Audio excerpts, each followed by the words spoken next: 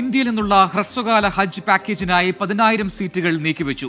കൊച്ചി ഉൾപ്പെടെ 7 പുറപ്പെടൽ കേന്ദ്രങ്ങളിൽ നിന്ന് മാത്രമാണ് 20 ദിവസത്തെ പാക്കേജ് ഉണ്ടാകുക. ഓൺലൈൻ ഹജ്ജ് അപേക്ഷകൾ ഈ മാസം അവസാനം വരെ സ്വീകരിക്കും. ഇന്ത്യൻ ഹജ്ജ് കമ്മിറ്റി കഴിഞ്ഞ ദിവസം പ്രസിദ്ധീകരിച്ച പുതിയ ഹജ്ജ് നയത്തിലാണ് 20 ദിവസത്തെ ഹജ്ജ് പാക്കേജുമായി ബന്ധപ്പെട്ട വിശദാംശങ്ങളുള്ളത്.